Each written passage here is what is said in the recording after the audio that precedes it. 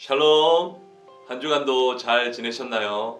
오늘은 기독교 핵심 진리 13번째 시간 그리스도인이 된다는 것은 무엇인가 라는 주제로 은혜를 나누고자 합니다. 사도 바울은 로마서 8장 30절에서 그리스도에게 구원의 복이 다가오는 순서를 이렇게 설명을 합니다. 또 미리 정하신 그들을 또한 부르시고 부르신 그들을 또한 의롭다 하시고 의롭다 하신 그들을 또한 영화롭게 하셨느니라. 아멘. 하나님께서는 창세전부터 우리를 택하셨습니다. 그리고 하나님이 정하신 때에 우리를 부르시게 됩니다. 이 부르심을 우리는 거부할 수 없고 하나님에게 반응하게 됩니다. 그 반응은 구원을 얻게 되는 믿음으로 이어지게 되고 하나님께 부름받은 그리스도인들은 예수님과 교제케 되며 성도라 불리어지게 됩니다. 또한 지금까지 알지 못했던 화평과 자유를 누리며 천국을 소망하게 됩니다. 예수님을 닮아가기 위해 거룩한 삶을 지향하며 고난에 대해 인내하며 자신을 절제하게 됩니다.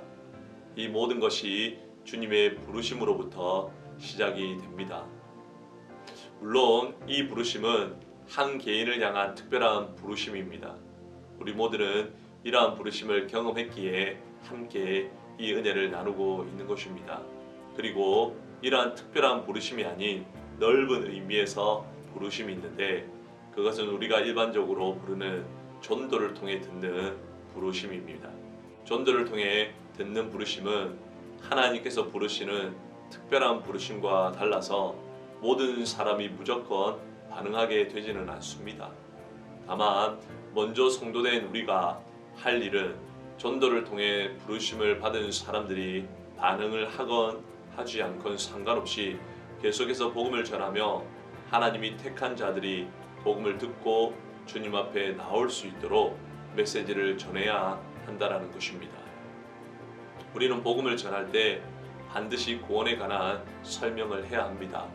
즉, 왜 우리에게 예수님이 필요한지에 대한 설명입니다. 모든 사람은 죄를 지었고 그 결과 사망에 이르게 되었습니다. 그 사망의 문제를 해결해 주실 수 있는 유일한 분이 우리 예수님이십니다. 이미 성도가 된 우리에겐 이 사실이 너무나 당연하게 느껴질 수 있지만 예수님이 누군지에 대해 정확하게 모르는 그들에게는 놀라운 사실로 다가옵니다. 그렇기에 우리는 복음을 전할 때 우리의 믿는 바를 그대로 전달해야 합니다. 그리고 사람들이 전도를 통해 복음을 들은 다음 믿음으로 반응하기 위해선 먼저 하나님께서 그 사람의 마음의 변화를 일으키시게 됩니다. 그 변화가 바로 거듭남입니다. 거듭남은 하나님께서 한 영혼에게 영적 생명을 주시는 은밀한 역사입니다. 그런데 이 거듭남이 있어서 우리 인간은 아무런 역할도 할 수가 없습니다. 사실 할 수 있는 것이 전혀 없습니다. 그렇기 때문에 구원은 하나님의 전적인 은혜인 것입니다. 거듭남의 사건은 순간적으로 일어나게 됩니다. 그리고 이 사건을 경험하고 변화를 겪은 사람은 고린도서 5장 17절 말씀처럼 새로운 피조물이 됩니다.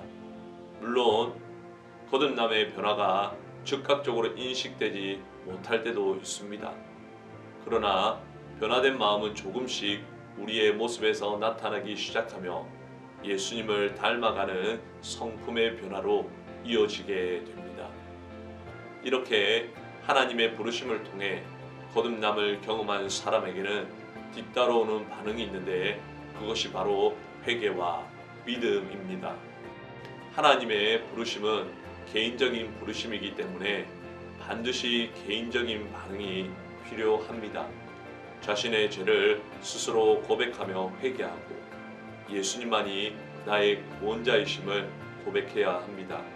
이것이 바로 회심입니다. 회심한 자는 결코 예전에 예수님을 모르던 시절로 돌아가지 않기 위해 영적인 싸움을 하게 됩니다. 또한 예수님을 더욱 알아가기 위해 노력하며 이러한 노력을 통해 더욱 깊은 믿음에 이르게 되는 것입니다. 그리스도인은 예수님을 믿는 사람입니다. 그리고 믿음은 예수님 외에 우리의 죄를 용서해 주실 분은 없다는 것에 대한 믿음입니다. 정리하자면 그리스도인이 되는 것은 하나님의 부르심을 통해 거듭남과 회심을 경험하고 그리고 자신의 죄를 고백하고 회개하며 예수님 외에는 나의 구원자가 없음을 믿는 자입니다. 또한 예수님을 닮아가기 위해 이 땅의 작은 예수로 살아가는 자입니다. 다음 주에는 김영신 목사님께서 칭의와 양자됨이라 무엇인가라는 주제로 은혜를 나누어 주시겠습니다. 한 주간 동안 평안하십시오. 감사합니다.